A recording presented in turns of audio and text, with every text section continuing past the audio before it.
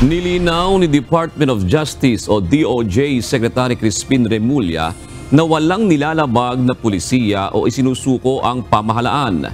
Ito ang sagot ng kalihim sa pahayag ni Vice President Sara Duterte sa pulisiya ng Marcos administration na pinapayagan umano ang mga dayuhan na manghimasok o makialam sa domestic affairs ng bansa, partikular sa issue ng International Criminal Court o ICC. Hindi naman tayo sinusuko kahit na anong bagay dito eh. Kaya, alam mo, that's a political statement more than anything else.